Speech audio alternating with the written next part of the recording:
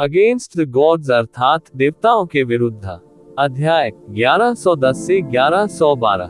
नमस्कार, आप कहानी में खो जाएं उससे पहले चैनल को सब्सक्राइब करें और नोटिफिकेशन ऑन करें। धन्यवाद।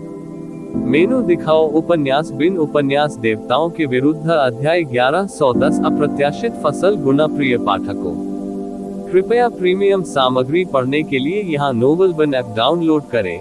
https://app.novelbin.me/ देवताओं के विरुद्ध सी 1110। अप्रत्याशित फसल प्लेवलूम रात के 12 बजे। रात के 12:44 ट्रूविट स्क्रीन। अध्याय 1110। अप्रत्याशित फसल सोल संप्रदाय के मुख्य संप्रदाय के ऊपर गहन ऊर्जा की अनगिनत धाराएं ऊपर की ओर बढ़ी। गहन ऊर्जा की एक बड़ी धारा में बदल गई। सभी धीरे धीरे तारा निर्माण में प्रवेश कर गई जब तक कि कुछ और नहीं बचा। टकराना। छोटी जैस्मिन की पुतलियों से रोशनी चमकी और तारे का निर्माण टूट गया। हालांकि जैसे ही यह टूटा, इसके टुकड़ों के बारे में कोई गहरी ऊर्जा नहीं मिली। यह ऐसा था मानो संपूर्ण तारा निर्माण पूरी तरह से नष्ट हो गया हो। तारा निर्माण धीरे धीरे शून्य में विलीन हो गया, मानो किसी अज्ञात शून्य में प्रवेश कर रहा हो। सोल संप्रदाय के सभी सदस्यों की गहन शक्ति पूरी तरह से सूख गई थी और यह एक अप्राप्य स्थिति थी। कोई भी इससे बच नहीं सका। उसके बाल धीरे धीरे वापस अपनी जगह पर आ गए और उसकी आंखों की रोशनी हल्के नीले रंग की हो गई। उसने दूर की ओर देखा और हंसी। यह अच्छा है। हे, मैं सचमुच बहुत होशियार हूँ। खेलने का समय आ गया है। हाँ, वह घूमी और उसकी रंगीन आकृति को उछलते कूदते देखा जा सकता था, और वह दृश्य को ऐसे छोड़ रही थी मानो उसने अभी अभी कुछ बहुत ही सामान्य और साधारण काम किया हो। बहुत दूर वू चेंग्यान को अपना संयम वापस पाने में काफी समय लग गया था। पीछे वो हुई के था जिसका शरीर डर के कारण जेली जैसा हो गया था। वह अतुलनीय रूप से भयावह दमन कुछ ऐसा नहीं था जिसे वह सहन कर सके। यंग मास्टर, वह है। लड़की की उम्र, विशेषताएं, वह रंगीन पोशाक और पहले प्रदर्शित स्टारफॉल रेमनेंट लाइट फॉर्मेशन। उसे इस पर विश्वास करने की हिम्मत नहीं हुई। उसे वह भयानक नाम याद आया जो उसकी यादों में उभर आया था। उसकी आत्मा में सदमे की लहरें दौड़ रही थी। उद्धरण चिन्ह ... उद्धरण चिन्ह। वू गुइके ने वू चेंग्यान का समर्थन किया और खड़ा हो गया। उसके दोनों पैर आखिरकार उसके नियंत्रण में आ गए। उसने आगे देखा और लेई कियानफैन के भयभीत समूह को देखा। उसने धीरे धीरे बुरे शब्द बुदबुदाए, उन्हें चुप कराओ। वू चेंग्यान ने अपना हाथ उठाया। गहरा प्रकाश जारी हुआ और पलक झपकते ही लेई कियानफैन और गिरोह सहित पूरे समूह को अपने शरीर में एक कंपकंपी दौड़ती हुई महसूस हुई। ऐसा प्रतीत नहीं होता था कि उन्हें कोई प्रत्यक्ष चोट लगी है, लेकिन वे अब अपनी जान गंवा चुके थे।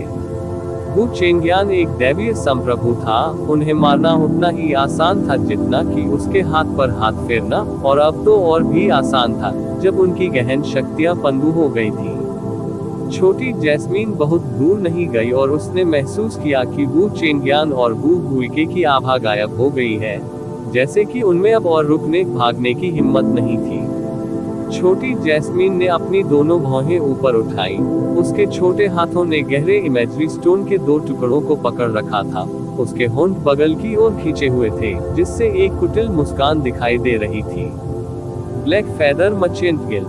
हालांकि उसने ज्यादा आशा नहीं रखी थी। युनचे पूरी तरह से स्पष्ट था कि उसकी वर्तमान ताकत बहुत कमजोर थी और उसके पास भरोसा करने के लिए कोई मजबूत समर्थन नहीं था।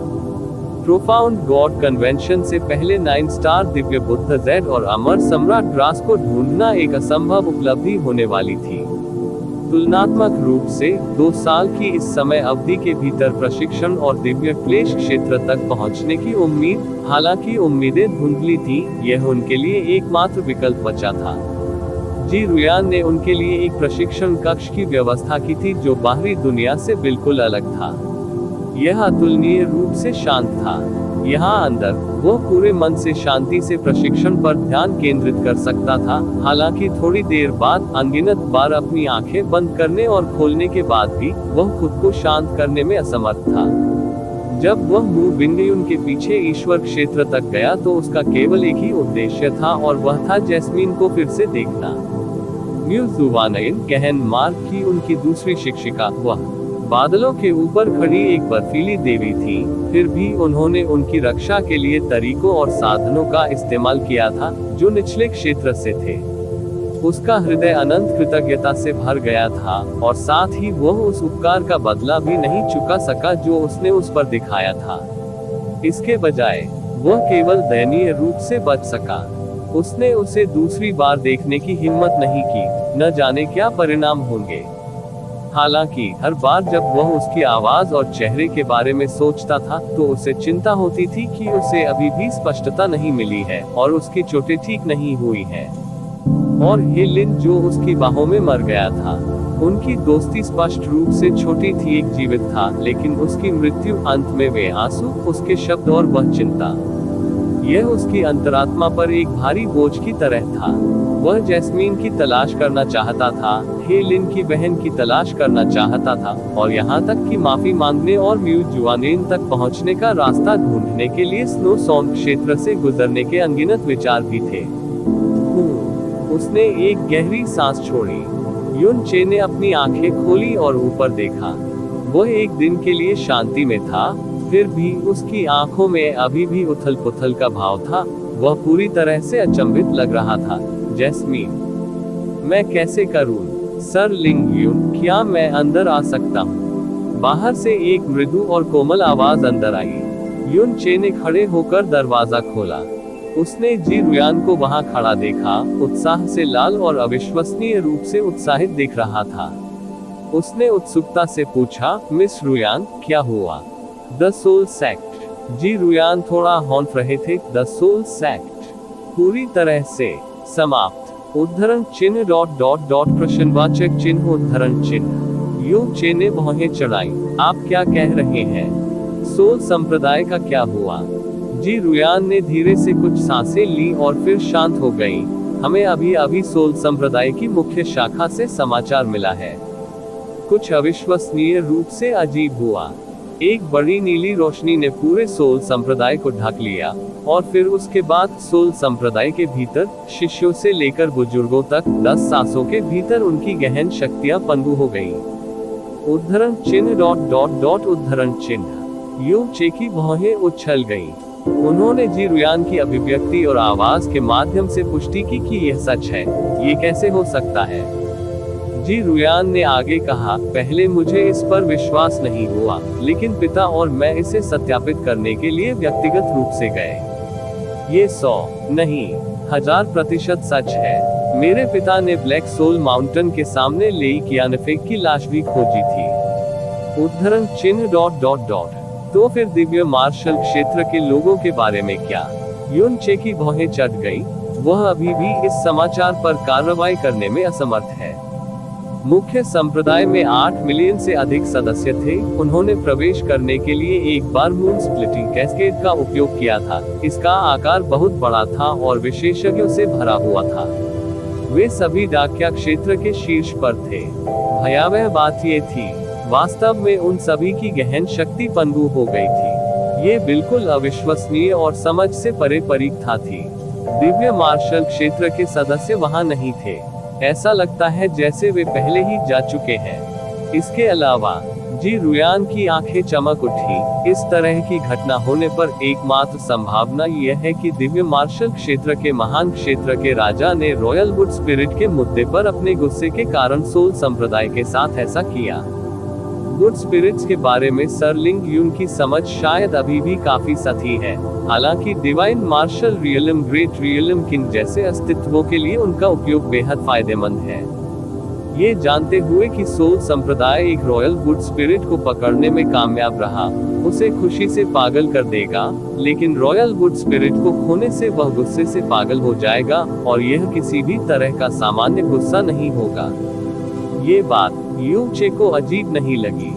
उस दिन वुड स्पिरिट गुप्त क्षेत्र के भीतर किंग म्यू, जिसने अपनी पत्नी का वुड स्पिरिट और उसे दिया था, ने व्यक्तिगत रूप से कहा था कि रॉयल वुड स्पिरिट्स, विशेष रूप से हेलेन के माता पिता के नरसंहार के लिए जिम्मेदार व्यक्ति, पूर्वी दिव्य के भीतर सबसे बड़ा अस्तित्व था।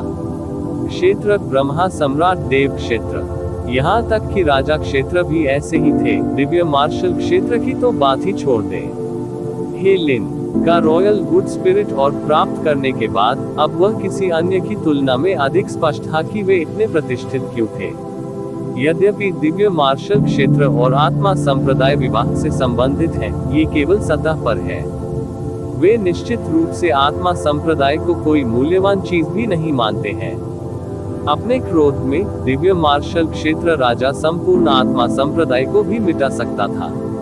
इतने कम समय में इतने सारे लोगों की गहन शक्ति को पनडुब्बी बनाने में सक्षम होना। यदि ये दैवीय मार्शल क्षेत्र है, तो वे निश्चित रूप से ऐसा कर सकते हैं, और यही एकमात्र संभावना है। जब वह ये सब बता रही थी, तो उसका आचरण, जो कुछ हद तक शांत हो गया था, फिर से उत्तेजित होने लगा। ऐसा इसलिए था क्योंकि यह केवल सोल संप्रदाय के विनाश के बारे में नहीं था। ये हजारों वर्षों से ब्लैक फेदर मर्चेंट गिल्ड को सोल संप्रदाय के अंगूठे के नीचे दबाया जा रहा था, जो भागने में असमर्थ था। गहरी और गहरी खाई में गिरते हुए आखिरकार उन्हें सूरज की रोशनी की एक किरण दिखाई दी। ये सिर्फ उत्सव का कारण नहीं था, ये वस्तुतः पुनर्जन्म का मौका था स्वर्ग ने उन्हें दिया। सर लिंग यून आत्मा संप्रदाय दैवीय मार्शल क्षेत्र से इतनी कठोर सजा भुगत रहा है और अभी विनाश के कगार पर है। ये सब आपके प्रयासों के लिए धन्यवाद है। जी रुयान ने अपना सिर उठाया और गहरी कृतज्ञता भरी निगाहों से देखा। अगर आपने उनके हाथों से लकड़ी की छोटी सी आत्मा नहीं छीनी होती, तो आज हम ऐसा नहीं कर पाते। हमारा ब्लैक फेदर मर्चेंट गिल्ड भी उनके चंगुल से बच नहीं पाया होगा। रुयान और संपूर्ण ब्लैक फेदर मर्चेंट गिल्ड, आपने हमें जो महान अनुग्रह दिया है उसे हमेशा याद रखेंगे। उद्धरण चिन्ह ... उद्धरण चिन्ह। यूं चेकी अभिव्यक्ति कड़ी हो गई। जी रुयान की बात की प्रतिक्रिया पर कोई प्रतिक्रिया नहीं दी। कुछ देर बाद वह मन ही मन बुदबुदाने लगा। एक ही बार में 8 मिलियन से अधिक लोगों की गहन शक्ति को नष्ट कर दिया। इसके अलावा उनमें से अधिकांश दिव्य क्षेत्र के विशेषज्ञ थे। कठिनाई, ऊर्जा की मात्रा का विस्तार, उन्हें सीधे तौर पर मारने से कहीं अधिक होना चाहिए। इस तरह से काम करने से कई खामियां छूट जाती हैं। चूंकि वह इतने गुस्से में था, तो क्यों न उन सभी को मार डाला जाए। उनकी गहन साधनाओं को बर्बाद करने के लिए इतना प्रयास क्यों करें। जी रुयान ने उत्तर दिया, शायद दिव्य मार्शल क्षेत्र बहुत अधिक चरम नहीं होना चाहता था। आखिरकार लेई यानफे की बहन दिव्य मार्शल क्षेत्र राजा की उपपत्नी है। फिर लेई यानफे को क्यों मारा गया। आपने पहले भी उल्लेख किया था कि दिव्य मार्शल क्षेत्र के 2 सदस्य आए थे, उनमें से एक वू गुई के भी था। ये कैसे संभव है कि दिव्य मार्शल क्षेत्र अंततः लेई यानफेन को मारने का फैसला करेगा। यह जी रुयान के पास इसके लिए कोई अच्छा स्पष्टीकरण नहीं था। हालांकि यह तर्क को अस्वीकार करता है, परिणाम ऐसा है। एकमात्र ऐसा व्यक्ति जो ऐसा कर सकता है वह है दिव्य मार्शल क्षेत्र। वू गुई के का अनुरक्षण एक दिव्य संप्रभु होना चाहिए था। एक विशेषज्ञ का ये पद संप्रदाय के बाकी सदस्यों को मारे बिना और उनकी खेती को पनडुब्बी बनाए बिना लेई यानफे को मारने के लिए पर्याप्त से अधिक है। शायद उसका हमेशा से यही इरादा था। यून चेकी लेई यानफेन के प्रति नफरत बहुत गहरी थी। उसे एक मृत अंत में धकेलने के लिए उसने एक बड़ा प्रयास किया था और कई जीवन घातक जोखिम उठाए थे। हालांकि दिव्य मार्शल क्षेत्र के आगमन के कारण उसके प्रयास विफल हो गए थे। उसने इस परिणाम की कभी आशा न की होगी, परंतु इस समय उसे प्रसन्नता के स्थान पर और भी अधिक संदेह हो रहा था। फिलहाल सोल संप्रदाय में क्या स्थिति है? क्या वहाँ बहुत सारे लोग इकट्ठे हैं? यू चे ने अचानक पूछा। जी रुयान ने अपना सिर हिलाया। पिता ने जानबूझकर यह खबर फैलाई। हालांकि दैवीय मार्शल क्षेत्र के डर के कारण किसी ने भी पास जाने की हिम्मत नहीं की। यहाँ तक कि आत्मा संप्रदाय की विभिन्न शाखा संप्रदायों ने भी खुद को सील कर लिया है। वे सभी खतरे में हैं। कोई भी मुख्य संप्रदाय के पास जाने की हिम्मत नहीं कर रहा है। क्या लेई यानफे की लाश अभी भी वहीं है? हाँ, और यह बिल्कुल बरकरार है। जी रुयान को अचानक कुछ शंका महसूस हुई। सरलिंग यून मुख्य संप्रदाय पुनर्तः समाप्त हो गया है। भले ही बड़ी संख्या में शाखा संप्रदाय हैं, आत्मा संप्रदाय द्वारा वर्षों से जमा की गई सभी नफरत और शत्रुता के साथ उन्हें एक मृत अंत में होना चाहिए। यह उनका उचित प्रतिशोध है। युन चे ने कहा, क्या ये दैवीय मार्शल क्षेत्र था जो जिम्मेदार था? यह महत्वपूर्ण नहीं है। मैं भी अब सोल संप्रदाय के खिलाफ जाने के लिए परेशान नहीं हो सकता, लेकिन एक बात निश्चित है, मैं लेई को हटाना चाहता हूँ। कियानफेंग की लाश। जी रुयान चौंक गए और धीरे से उत्तर दिया, बेशक ये कोई समस्या नहीं है। मैं तुरंत पिता को एक संदेश भेजूंगा ताकि किसी को भी उस स्थान के करीब जाने से रोका जा सके जहां लेई कियानफेंग की लाश स्थित है। ब्लैक सोल पर्वत श्रृंखला। सोल सेक्ट के पास इस वक्त पूरा माहौल वाकई पहले से अलग था। खतरे और दमन की भावना पूरी तरह से गायब हो गई थी। दरअसल माहौल में दुख और निराशा का माहौल था। एक बार संपूर्ण डाक्य क्षेत्र के अधिपति, वे अब अशक्तों का घोंसला थे। स्वर्ग से नरक में गिरना निस्संदेह एक दुष्स्वप्न था जिससे वे जाग नहीं सकते थे। डाक्या क्षेत्र में वर्षों के दौरान उन्होंने जो भी बुरे कर्म किए, उनके साथ उनका भविष्य निश्चित था। ब्लैक सोल डिवाइन संप्रदाय, जो एक समय गौरवशाली और हमेशा शक्तिशाली था, अब बेवजह और पूरी तरह से समाप्त हो गया था। जी रुयान द्वारा दिए गए निर्देशांक के आधार पर यू चे ने तुरंत लेई कियानफेंग के शरीर का पता लगा लिया। यहाँ की जमीन समतल नहीं थी, मानो कोई बवंडर उसमें बह गया हो। लेई कियानफेंग का शरीर विशेष रूप से आंख वाला था पकड़ना। उनके अलावा सोल संप्रदाय के कई सदस्य भी थे। उनके पहनावे से सोल संप्रदाय में उनकी स्थिति निश्चित रूप से कम नहीं थी, लेकिन वे लेई कियानफेंग के समान थे। उनमें जीवन की एक सांस भी नहीं बची थी। युन चे उतरा और लेई कियानफेंग की ओर उदासीनता से देखा। डाक्या ग्रेट रियलम किंग, जिसने एक बार उसे लगभग एक मृत अंत में धकेल दिया था, अब ऐसा लग रहा था मानो वह शांतिपूर्ण मौत नहीं मरा हो। उसकी दोनों आंखें खुली हुई थी, मानो पश्चाताप से भरी हो। उसकी आंखों में कोई भय या भय नहीं झलक रहा था, बल्कि उसके भीतर एक खालीपन था, मानो जिस क्षण उसकी मृत्यु हुई हो, उसे भारी मात्रा में निराशा महसूस हुई हो। उसके शरीर के मरने से पहले ही उसकी आत्मा जा चुकी थी। लेई कियानफेंग, अब समय आ गया है कि आप उन निर्दोष लकड़ी की आत्माओं का सामना करें और अपने अपराधों का हिसाब लें। यू चे गुर्राया। उसने अपना हाथ बढ़ाया और हिंसक रूप से लेई कियानफेंग की लाश को ऊपर उठाया। डिंग। जैसे ही उसने लेई कियानफेंग के शरीर को उठाया और उड़ने ही वाला था, अचानक एक जेड पत्थर के जमीन पर गिरने की आवाज आई। युन चे ने नीचे देखा और एक बैंगनी आयामी अंगूठी देखी। ये लेई कियानफेंग के शरीर से गिर गया था। जाहिर तौर पर यह उसका सामान था। वह डाक्य क्षेत्र का राजा था। उसकी आयामी अंगूठी में निश्चित रूप से बड़ी मात्रा में गहरे पत्थर और दुर्लभ खजाने होंगे। यू चे ने अपना हाथ बढ़ाया और अंगूठी उसमें खींच ली। उसने इसे अपनी समझ से साफ किया और फिर चौंक कर रुक गया। यह अंगूठी जो लेई कियानफेंग की थी, उसमें केवल 4 अलग अलग पत्थर थे। उनमें से 2 साधारण गहन कल्पना पत्थर थे। अन्य 2, एक ड्रैगन आई फल जितना छोटा था। इसने प्रकाश जैसा एक अजीब खजाना छोड़ा। बड़ा वाला भूरे सफेद रंग का था।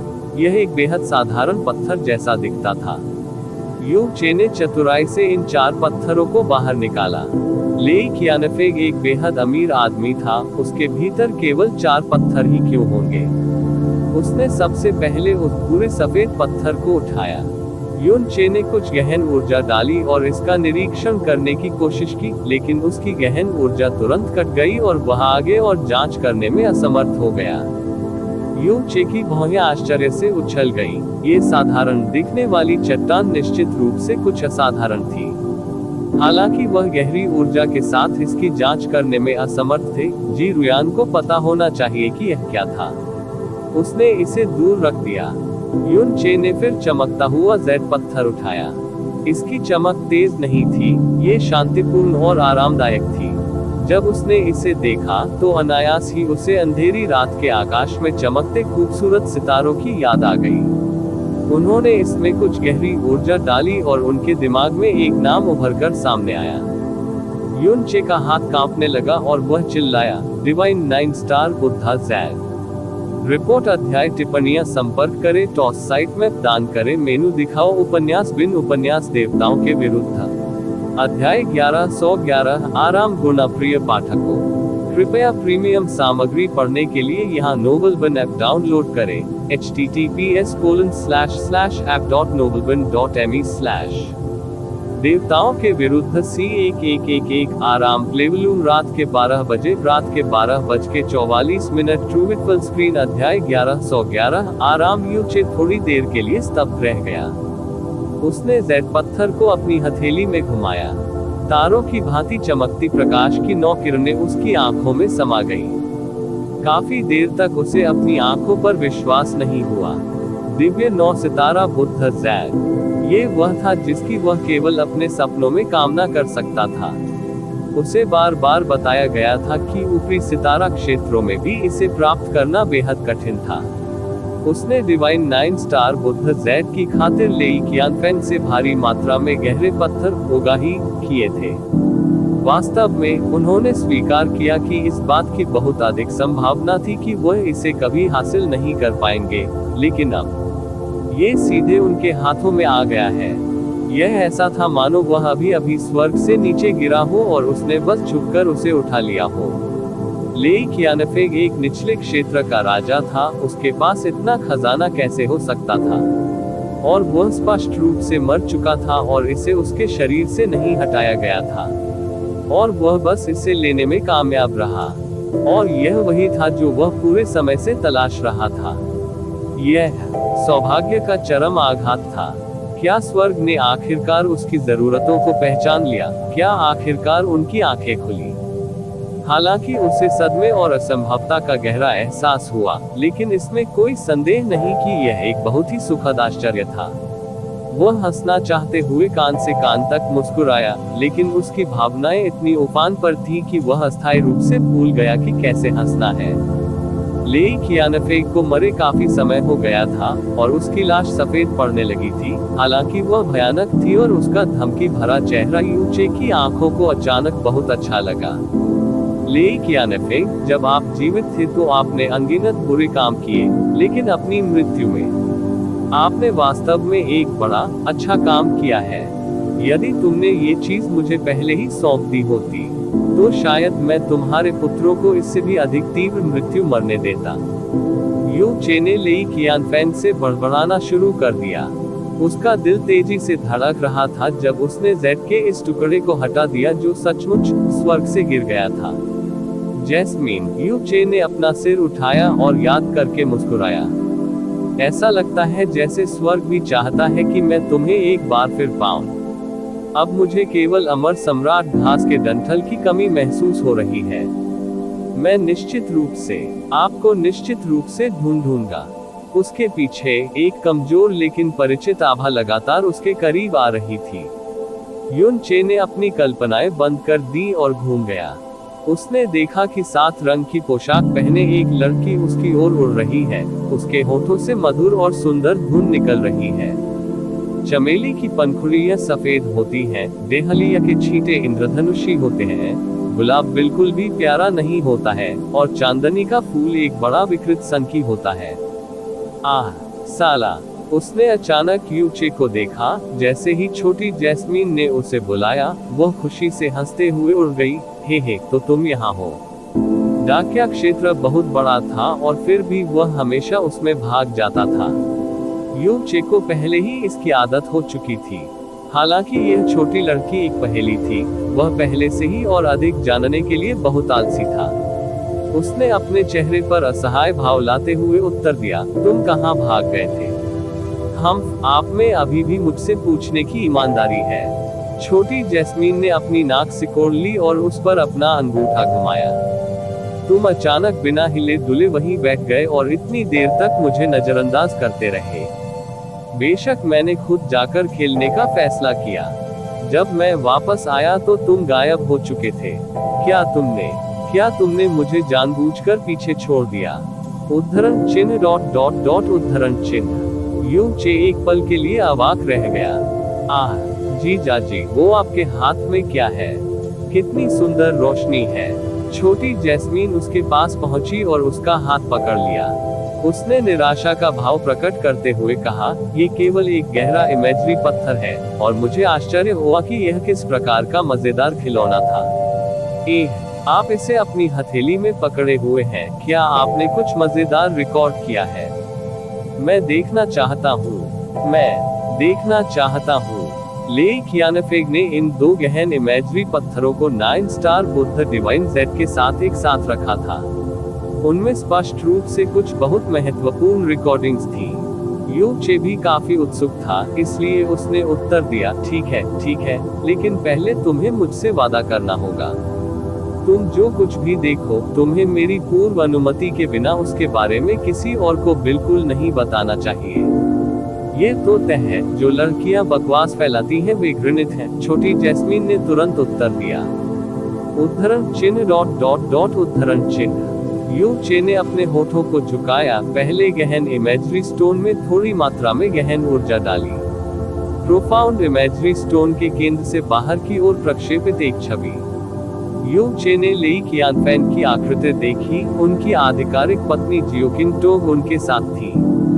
बगल में एक उत्कृष्ट दिखने वाला युवक था जिसमें कुलीनता की आभा झलक रही थी। उस युवक के पीछे एक ठंडा और सख्त दिखने वाला अधेड़ उम्र का आदमी था। हालांकि यह प्रोफाउंड इमेजरी स्टोन की एक छवि थी, फिर भी उसने यू चे को एक भारी और दमनकारी एहसास दिया। यू चे ने अपनी भौहें ऊपर उठाई। उसने अस्पष्ट रूप से इन दोनों व्यक्तियों की पहचान का अनुमान लगाया, हालांकि उनकी बातचीत ने उसे सदमे में डाल दिया। अरे चाचा, रॉयल वुड स्पिरिट के संबंध में, मेरे शाही पिता, जो शायद ही कभी क्रोधित होते हैं, इस समय क्रोधित हैं। गुइके, तुम्हें अपने चाचा की मदद करनी होगी। रॉयल वुड स्पिरिट के मुद्दे को छोड़ दे तो इन कुछ वर्षों में वुड स्पिरिट और कल्टीवेशन इंक्यूबेटरों के प्रति आपकी श्रद्धांजलि कम और कम हो गई है। युन चे ने इसे अंत तक गंभीरता से देखा। उसकी भौहें तनी हुई थी। जैसे ही छवियां गायब हो गईं, उसने प्रोफाउंड इमेजरी स्टोन को अपने हाथ में कसकर पकड़ लिया। हालांकि यह सिर्फ एक गहरा इमेजरी पत्थर था, यह अचानक हजारों गुना भारी लग रहा था। ऐसा इसलिए था क्योंकि इस छोटे से गहन इमेजरी स्टोन के भीतर रिकॉर्डिंग आवाजें रखी हुई थी जो दिव्य मार्शल क्षेत्र राजा की प्रतिष्ठा को बर्बाद करने के लिए पर्याप्त थी, और यहाँ तक कि उन्हें संभावित प्रतिबंधों का सामना करना पड़ सकता था। इसमें कोई शक नहीं कि वह युवक महान साम्राज्य के राजा वू गुइके का बेटा था, और जैसा कि रुयान ने उल्लेख किया था, जो उसका साथ देता था और उसकी रक्षा करता था, वह संभवतः एक भयावह दैवीय संप्रभु क्षेत्र विशेषज्ञ था। जहां तक इस रिकॉर्डिंग का सवाल है, व्यक्तियों की हलचल भीतर छवियों की स्पष्टता, उनके सभी तौर तरीके, उनकी निगाहें और भाव अत्यंत स्पष्टता के साथ दर्ज किए गए थे। प्रत्येक अभिव्यक्ति को पूरी तरह से कैद किया गया था और उनकी आवाजें ऊंची और स्पष्ट थी। ऐसा लग रहा था मानो ये बहुत कम दूरी पर रिकॉर्ड किया गया हो। और यह वू गुइके, जिसके पास ये दिव्य संप्रभु विशेषज्ञ चेन ज्ञान था, को वास्तव में बिल्कुल भी एहसास नहीं हुआ था। ले कियानफेग ने इसे कैसे पूरा किया? इतना उबाऊ। ये बिल्कुल अजीब है कि लोग अजीब बातें कह रहे हैं। बिल्कुल भी मजा नहीं। नन्ही जैस्मीन अपने चेहरे पर निराशा के भाव के साथ बड़बड़ाती रही। हालांकि उसकी अभिव्यक्ति अचानक चमक उठी। वह हंसते हुए बोली, हालांकि हरे रंग की पोशाक पहने वह बड़ी बहन वास्तव में बहुत सुंदर लग रही है। प्रोफाउंड इमेजरी स्टोन के इस टुकड़े को हाथ में लेकर जब तक समय सही था, ये कहना अतिशयोक्ति नहीं होगी कि अब उसका दैवीय मार्शल क्षेत्र पर नियंत्रण हो गया है। और यह अपेक्षाकृत बड़ी पकड़ थी। एक ऊपरी तारा क्षेत्र पर और उसके महान क्षेत्र के राजा तक पकड़ बनाने में सक्षम होना। ये किस प्रकार की अवधारणा थी? युन चे अब अगले गहन इमेजरी पत्थर के प्रति उत्सुकता से भर गया। उसने तुरंत उसे उठाया और उसमें कुछ गहरी ऊर्जा डाल दी। इससे पहले कि छवियां दिखाई देने लगे, एक आदमी की भारी सांसें और एक महिला की आनंददायक चीखें सुनाई देने लगी। फिर रिकॉर्डिंग में एक जोड़ा, एक पुरुष और एक महिला, ये करते हुए दिखाई दे रहे थे। समय आधी रात का था और चंद्रमा की रोशनी उनके चेहरे पर चमक रही थी, जिससे उनके चेहरे स्पष्ट रूप से दिखाई दे रहे थे। वह आदमी वू गुई के था, और वह महिला, वह वास्तव में लेई कियानफेंग की आधिकारिक पत्नी वू गुई की चाची जियोक्विन टोग थी। यू चे स्तब्ध था।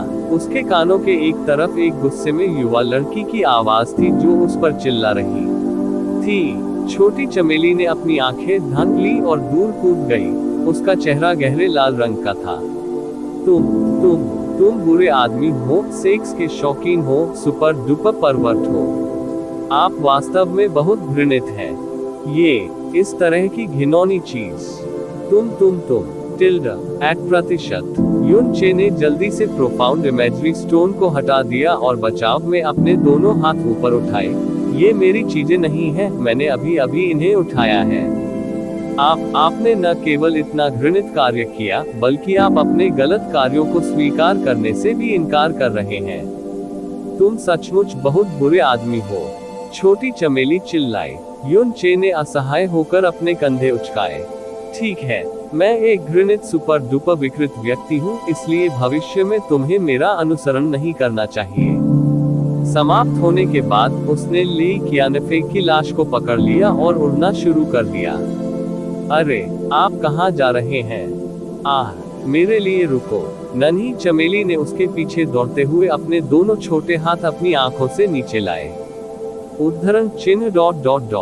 तुम अब भी मेरा पीछा क्यों कर रहे हो? तुम्हें मेरा जीजा बनने को किसने कहा? भले ही तुम एक बड़े बुरे पतित विकृत व्यक्ति हो, फिर भी मुझे तुम्हें स्वीकार करना होगा। मैं बहुत दयनीय हूँ। छोटी चमेली के चेहरे पर दया की तस्वीर थी। युन चे ने अपनी आंखें घुमा ली। वह उत्तर देने में बहुत आलसी था। उन्होंने आत्मा संप्रदाय की स्थिति की जांच नहीं की। यू चे लेई कियानफेंग के शव को अपने साथ लाए और ब्लैक सोल माउंटेन के पास से उड़ान भरी। डाक्या शहर के चारों ओर चक्कर लगाते हुए डाक्या शहर के दक्षिण में पहुंचे। ये नष्ट हो चुका गुप्त क्षेत्र था जहां वुड स्पिरिट जाती रहती थी। यह उनका अंतिम विश्राम स्थल भी था। जब वह फूलों से भरी इस भूमि पर पहुंचे तो यू चे के चेहरे से सभी अभिव्यक्ति गायब हो गई। उसने लेई कियानफेंग को जमीन पर फेंक दिया और फिर घुटनों के बल बैठकर अपनी आंखें बंद कर ली। उसकी हरकतें देखकर नन्ही जैस्मिन का मुंह चौड़ा हो गया। उसने पूछा, जीजाजी, ये जगह कहाँ है? आप क्या कर रहे हो? युन चे ने धीरे से अपना सिर नीचे करते हुए जवाब दिया, ये जगह कभी एक छिपी हुई दुनिया थी। इस जगह पर कई लकड़ी की आत्माएं सुरक्षित रूप से रहती थी। वे मेरे प्रति बहुत दयालु थे, लेकिन कुछ समय पहले वे सभी मेरी वजह से मारे गए थे। ओह! नन्ही चमेली ने पलकें झपकाई। कुछ देर की चुप्पी के बाद युन चे ने अपनी आंखें खोली और अपनी हथेली बाहर की ओर बढ़ाई। आग का एक गोला लेई कियानफेंग की लाश पर गिरा और जलने लगा। देखते ही देखते राख उड़ने लगी और चारों ओर फैल गई। दादी किंग ये, सीनियर किंग म्यू, किंग हे, फी यान, किंग झू, मैं आप सभी का ऋणी हूँ। अनगिनत पीढ़ियों से आपकी जाति को नुकसान पहुंचाने वाले इस दुष्ट को आपके पास लाने और आपकी आत्माओं को सांत्वना देने के लिए उसे राख में मिलाने के अलावा मैं इस ऋण को कभी नहीं चुका सकता जो मैं आप सभी का ऋणी हूँ। अब से एकमात्र चीज जो मैं कर सकता हूँ और जो मैं अपनी पूरी ताकत से करूँगा, वह है कि मैं मिलने वाली प्रत्येक लकड़ी की आत्मा की रक्षा करूँ। हे लिन, मैं करने वाला हूँ। डाक्या दायरे को छोड़ दो, लेकिन मैं तुमसे वादा करता हूँ कि मैं तुम्हारी बड़ी बहन को जरूर ढूंढूंगा। मैं ये शपथ लेता हूँ। शायद स्वर्गीय रहस्य क्षेत्र उसके ठिकाने पर कुछ प्रकाश डाल सकता है। जब मैं उसे ढूंढ लूंगा, अगर वह सहमत हो जाती है तो मैं उसे उस ग्रह पर वापस लाऊंगा जहां मैं पैदा हुआ था। वहां वह सुरक्षित रहेगी और किसी भी बदमाशी से पीड़ित नहीं होगी। जैसे ही लेई कियानफेंग की राख बिखरने लगी, यहाँ हवा बहुत धीमी हो गई। काफी देर तक मौन रहने के बाद यू चे आखिरकार उठ खड़ा हुआ। छोटी जैस्मीन ने फिर कहा, जीजा जी, आपने अभी कहा कि आप स्वर्गीय रहस्य क्षेत्र में जाना चाहते हैं, क्या ये सच है? बिल्कुल, मेरे पास ऐसी चीजें और लोग हैं जिन्हें मुझे ढूंढना है। ईश्वर क्षेत्र बहुत विशाल है और मैं अकेला हूँ। जो कोई भी मेरी मदद कर सकता है वह संभवतः स्वर्गीय रहस्य क्षेत्र में होना चाहिए। मुझे आशा है कि रहस्यमय और गुप्त क्षेत्र मुझे निराश नहीं करेगा।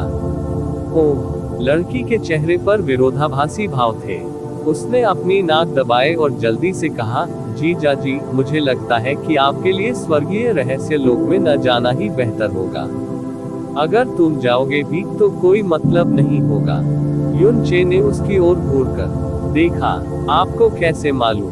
यह नन्ही जैस्मीन को सोचने में कठिनाई हुई और थोड़ी देर बाद वह हंसी। मैंने कोई कारण नहीं सोचा है। मेरे द्वारा किसी कारण के बारे में सोचने का इंतजार करें और फिर आपको दोबारा बताएं, ठीक है?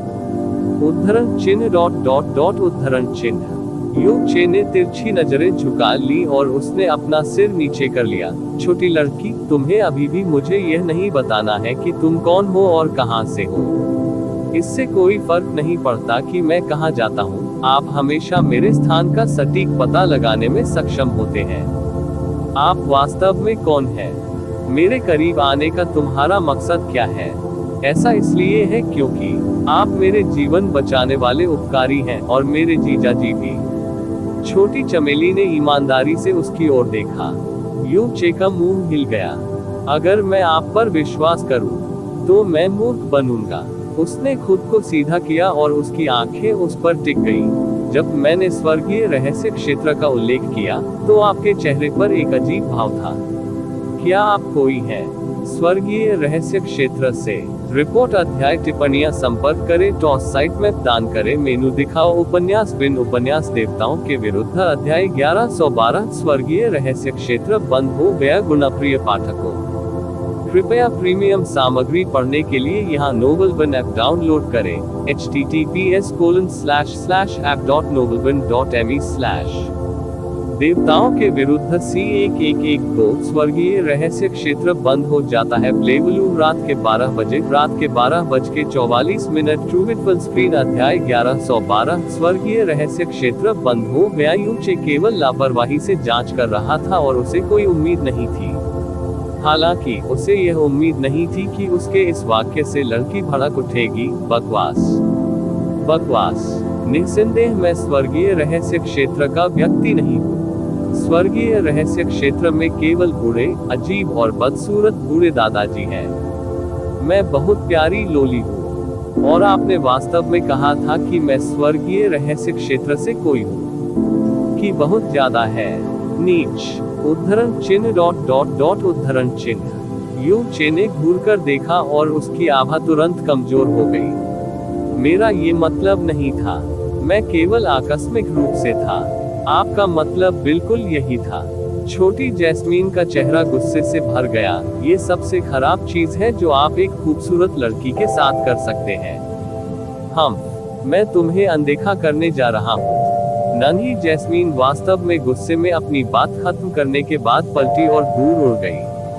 अरे, यू चे ने सहजता से अपना हाथ बढ़ाया, लेकिन इसके बारे में सोचने के बाद वह उसे रोकने के लिए आगे नहीं बढ़ा और केवल अपने आप से बुदबुदाया, क्या अजीब है।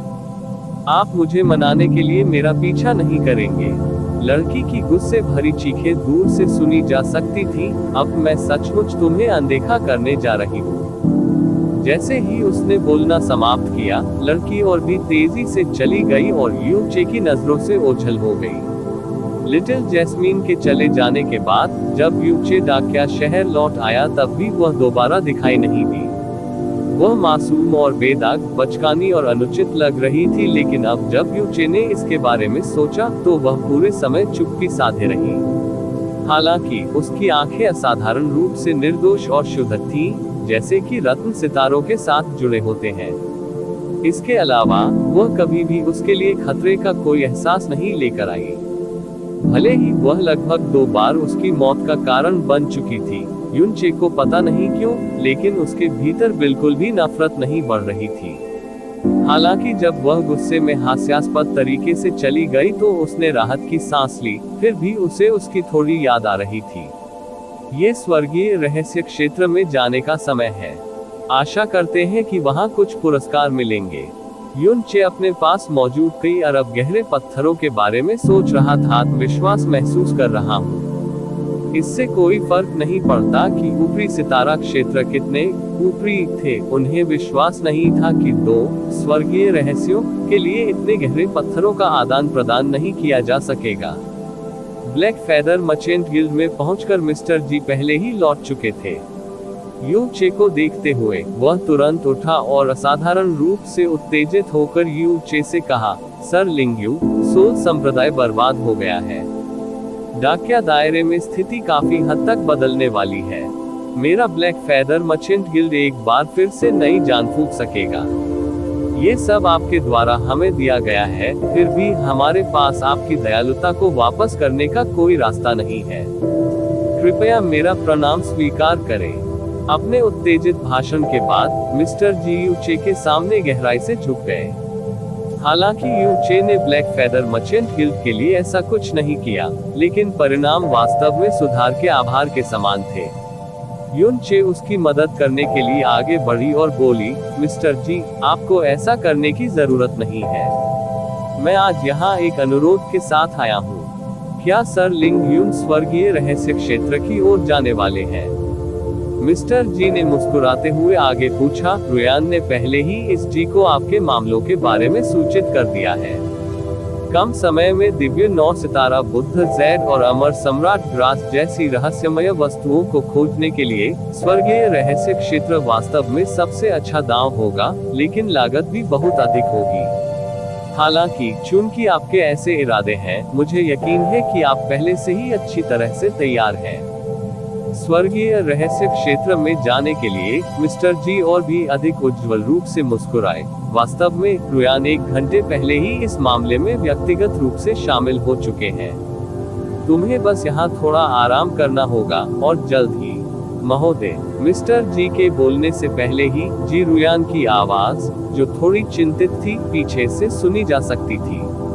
मिस्टर जी ने पलटकर रुयान को देखा तो भौहें सिकोड़ ली और पूछा, क्या हुआ?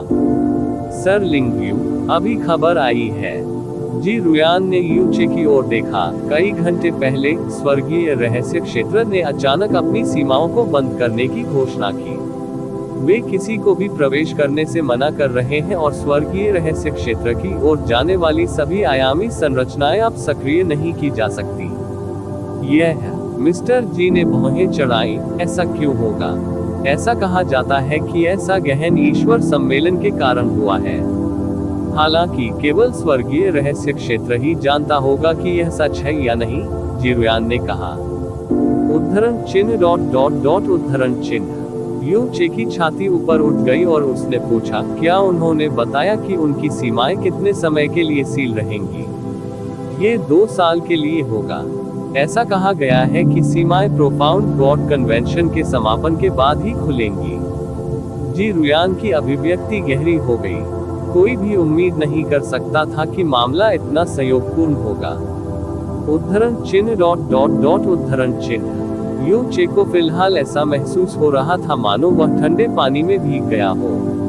वो ये कहने से पहले काफी देर तक चुप रहे, चूंकि मैं स्वर्गीय रहस्य लोक में जाने में असमर्थ हूँ, तो कोई भी ऊपरी सितारा लोक जाऊंगा। जब तक अमर सम्राट ग्रास को खोजने का मौका है, ये ठीक रहेगा। सर, जी रुयान ने हल्के से अपने होंठ काटे, लेकिन अचानक आत्मविश्वास भरी दृष्टि से कहा, अगर आप अस्थायी रूप से डाकिया दायरे में रहे तो कैसा रहेगा? दिव्य 9 सितारा बुद्ध जैड और अमर सम्राट ग्रास की खोज करने का काम हम पर छोड़ दें। आप हमारे महान हितैषी हैं। हम निस्संदेह इस मामले में अपना सर्वश्रेष्ठ प्रदर्शन करेंगे। कोई जरूरत नहीं है, मैं इसे स्वयं पा सकता हूँ। दिव्य 9 सितारा बुद्ध जैड पहले ही प्राप्त किया जा चुका है। जहाँ तक अमर सम्राट ग्रास की बात है, वहाँ हमेशा आशा है। यून चे ने अपना सिर हिलाया। हालांकि ब्लैक फेदर मर्चेंट गिल्ड का व्यापक प्रभाव और मजबूत संबंध थे, फिर भी यह एक निचला सितारा क्षेत्र था। अमर सम्राट ग्रास को खोजने के लिए आशा की एकमात्र किरण उच्चतम स्तर के ऊपरी सितारा क्षेत्र में थी। महोदय, मिस्टर जी ने गंभीरता से कहा, रुयान सही कह रहा है। बेहतर होगा कि इस मामले को हम पर छोड़ दिया जाए। ताकत और जज्बे की दृष्टि से आप अद्वितीय हैं और मैंने अपने पूरे जीवन में आपके जैसा कोई नहीं देखा। हालांकि आप अभी भी अकेले हैं और लंबे समय से ईश्वरीय दायरे में नहीं हैं। हालांकि मेरा ब्लैक फेदर मर्चेंट गिल्ड निचले सितारा क्षेत्र से संबंधित है, फिर भी हमारे पास अभी भी 50,000 साल का इतिहास है। हमारी जानकारी केवल असंख्य निचले और मध्य तारा मंडलों तक ही सीमित नहीं है। हम अक्सर ऊपरी तारा मंडलों के संपर्क में भी रहते हैं। चीजों को ढूंढने की क्षमता के मामले में अकेले आपसे तुलना करने पर हमारा ब्लैक फेदर मर्चेंट गिल्ड निश्चित रूप से बेहतर होगा। उद्धरण चिन्ह उद्धरण चिन्ह। यूचे थोड़ा आश्वस्त लग रहा था। ये जीएन व्यवसाय जो कभी किसी का कुछ भी ऋण नहीं लेना चाहता, विशेषकर उपकार नहीं करना चाहता। आज सर लिंग यून स्वर्ग के समान महान परोपकारी हैं और फिर भी हम आपको स्वर्गीय रहस्य क्षेत्र में भेजने जैसे एक सरल अनुरोध को पूरा करने में असमर्थ हैं। मेरे दिल में जो शर्म है उसे और अधिक नहीं बढ़ाया जा सकता। मिस्टर जी ने उंगली फैलाए और अत्यंत गंभीर स्वर में कहा, 1 साल। कृपया हमें 1 वर्ष का समय दें। अब जब हम आत्मा संप्रदाय के चंगुल से मुक्त हो गए हैं, तो हमने अपने आंदोलनों में स्वतंत्रता पुनः प्राप्त कर ली है। अमर सम्राट ग्रास के बारे में जानकारी प्राप्त करने में आपकी सहायता के लिए हम अपनी पूरी ताकत लगाएंगे और अपने सभी संसाधन लगाएंगे। यदि हमें यह मिल जाता है और यह हमारी क्षमता के भीतर है, तो हम इसे व्यक्तिगत रूप से यंग मास्टर को सौंप देंगे। यदि यह हमारे सामर्थ्य में नहीं है, तो हम तुरंत आपको सूचित करेंगे। कृपया हम पर विश्वास करें। अगर 1 साल में हमारे पास दिखाने के लिए कुछ भी नहीं है, तो हमारे पास यंग मास्टर को यहाँ रखने के लिए चेहरा नहीं होगा। मिस्टर जी बोलते समय असाधारण रूप से ईमानदार और जल्दबाजी वाले थे। वह स्पष्ट रूप से ऐसे शब्द कह रहा था जिससे यूनचे को मदद मिलेगी, लेकिन उसने ऐसे विनती भरे लहजे का इस्तेमाल किया था। दरअसल मूलतः वह एक व्यापारी थे। ब्लैक फेदर मर्चेंट गिल्ड के आज की तरह समृद्ध होने के लिए ये निश्चित रूप से उस तरीके से संबंधित था जिसमें वे पीढ़ियों से चले आ रहे मामलों से निपटते थे। वह यूचे को चुकाना चाहता था, चाहे कोई भी कीमत चुकानी पड़े। यूचे पूरी तरह से आश्वस्त था। वह सही था। वह वास्तव में केवल एक ही व्यक्ति था। स्नो सॉन्ग, फ्लेम गॉड और डाकिया लोकों के अलावा उन्हें किसी अन्य तारा लोक का कोई ज्ञान नहीं था। ईश्वर क्षेत्र की संपूर्ण संरचना के बारे में उनका विचार अभी भी गड़बड़ था। अमर सम्राट ग्रास की खबर ढूंढना। वह अकेला ब्लैक फेदर मर्चेंट गिल्ड के साथ तुलना करने में सक्षम नहीं होगा, जिसकी जड़ें 50,000 वर्षों से ईश्वर क्षेत्र में जमी हुई थी, जिसके संबंध दूर दूर तक फैले हुए थे। फिर यूचे ने अब और नहीं झिझका, सिर हिलाया और कहा, फिर मुझे मिस्टर जी और मिस रुयान पर भरोसा करना होगा। ये बहुत अच्छा है। यूचे का सिर हिलाते हुए देखकर मिस्टर जी अंततः मुस्कुराए। ये जी कल इस मामले में पूरा जोर लगाएंगे। सर, कृपया निश्चिंत रहें। यदि आपके पास जाने के लिए जगह नहीं है, तो आप ब्लैक फेदर में रुक सकते हैं। मैं तुरंत व्यवस्था करूंगा। कोई जरूरत नहीं है। यूचे ने अपना सिर हिलाया। अमर सम्राट ग्रास मिलने से पहले मैं ब्लैक सोल माउंटेन पर खेती करूंगा। ओह, ये दूसरी बात है कि मुझे इसके लिए मिस्टर जी पर निर्भर रहना पड़ेगा। सोल संप्रदाय के भीतर कई उच्च श्रेणी की गहरी तलवारें होनी चाहिए। यदि यह सुविधाजनक है, तो क्या मिस्टर जी मुझे कुछ पुनः प्राप्त करने में मदद कर सकते हैं? जितना अधिक बेहतर होगा। मैं अच्छी खबर का इंतजार करूंगा। डाकिया दायरे में रहने के अलावा कोई विकल्प नहीं होने के कारण ब्लैक फेदर मर्चेंट गिल्ड को अमर सम्राट ग्रास के लिए अपना अनुरोध सौंपने के बाद यूचे ने सभी विकर्षणों को दूर कर दिया और खेती में लौटना शुरू कर दिया। ब्लैक सोल माउंटेन की गहराई में बड़ी संख्या में उच्च स्तरीय गहरे जानवर इस क्षेत्र में घूमते थे। उपस्थित लोगों में से कई यूचे के लिए बड़ा खतरा पैदा कर सकते थे। दैवीय क्लेश क्षेत्र के बाद के चरणों में भी गहरे जानवर थे जिनसे यूचे निपट नहीं पाएंगे, और संभवतः दिव्य आत्मा क्षेत्र में भी गहरे जानवर थे। उस क्षेत्र में पहुंचकर जहां गहरे जानवर एकत्र हुए थे, यूचे नीचे उतरे और होंगर को बाहर निकाला। उसका दिल तुरंत शांत पानी की तरह शांत हो गया और धीमी आवाज के साथ उसके शरीर में गहन ऊर्जा उमड़ पड़ी। हवा बाधित हो गई और कई दर्जन किलोमीटर के भीतर गहरे जानवरों को सतर्क कर दिया गया। तुरंत जमीन हिल गई और भयंकर जानवरों की चीखें आसमान में गूंज उठी। भारी तलवार लाल सोने की लौ की लहरें छोड़ते हुए नाच रही थी। हागा द्वारा इटर्नल नाइट डेविल तलवार को खा लेने के बाद युनचे लंबे समय तक बढ़ी हुई हेवन स्मिटिंग तलवार की ताकत और वजन को संभालने में असमर्थ था। हालांकि स्वर्ग को मारने वाली तलवार अब उसके हाथ में असाधारण रूप से हल्की लग रही थी। भले ही तलवार से निकलने वाली शक्ति आकाश को चौंका सकती थी, क्योंकि इससे पूरी पर्वत श्रृंखला हिल जाती थी। गड़गड़ाहट जैसी लंबी गर्जना के साथ एक विशाल जानवर जो एक छोटे पहाड़ जैसा लग रहा था, अचानक पीछे से एक ऊंचे पहाड़ की चोटी पर कूद पड़ा। जैसे ही उसने हमला किया, एक विशाल छाया ने युनचे के आसपास को पूरी तरह से ढक दिया। युनचे का शरीर इधर उधर नहीं हुआ, लेकिन उसकी हेवन स्मिटिंग तलवार पीछे की ओर चली गई। हवा के विकृत होने के बाद उग्र तलवार की आभा ने विशाल जानवर के शरीर को नष्ट कर दिया। खून और मांस जो बाहर की ओर फटा, हवा के प्रवाह द्वारा तुरंत दूर ले जाया गया और कई किलोमीटर दूर जाकर गिरा। खून की लहराती दुर्गंध ने और भी गहरे जानवरों को आकर्षित किया। बड़ी मात्रा में आभा युनचे की स्थिति की ओर बढ़ रही थी, और युनचे भी यही चाहता था। एक आरामदायक साधना पद्धति संभवतः उसे अपनी प्रगति महसूस करने में असमर्थ बना देगी, और यहाँ तक कि उसका दिल भी धीरे धीरे शांत होने में असमर्थ हो जाएगा। उसे संकट में या यहाँ तक कि मृत्यु के निकट की स्थिति में होने की आवश्यकता थी। ये भी कुछ ऐसा था जो जैस्मीन ने उसे सिखाया था। ब्लैक सोल माउंटेन हल्का हल्का हिल रहा था। दहाड़ने, चीखें और चीखें जल्द ही आसमान में भर गई और आसानी से सुनी जा सकती थी। अनगिनत पौधे, खून और आग की लपटें हवा में बिखर गई। बहुत देर तक कोई सन्नाटा नहीं था। उसके चारों ओर गहरे जानवरों की लाशें बढ़ती गईं और आग की लपटें 5 किलोमीटर से अधिक तक फैल गईं। युनचे के शरीर की ऊर्जा खत्म होने लगी थी, फिर भी उसकी तलवार का हर वार और अधिक तीव्र होता जा रहा था, क्योंकि उसका खून बहुत अधिक उबल रहा था। हालांकि उसे नहीं पता था कि आसमान में बहुत दूर 2 आंखें चुपचाप उसे देख रही थी। छोटी जैस्मिन अपने पैरों को मोड़कर एक बादल के ऊपर बैठ गई। उसके हाथों ने उसके गालों को सहारा दिया और वह बिना पलके झपकाए युनचे को देखती रही। वह बहुत देर तक इसी अवस्था में चुपचाप और गंभीरता से देखती रही, यहाँ तक कि वह खुद भी नहीं जानती थी कि इतना उबाऊ मामला उसे इतनी देर तक और इतनी गंभीरता से घूरने पर क्यों मजबूर कर देता है, अपनी नजरें हटाने से इनकार कर देता है। 1 घंटा बीत चुका था और गहरे जानवरों की चीखें आखिरकार बंद हो गई थी। युनचे अपनी तलवार के सहारे जमीन पर घुटने टेके हुए था।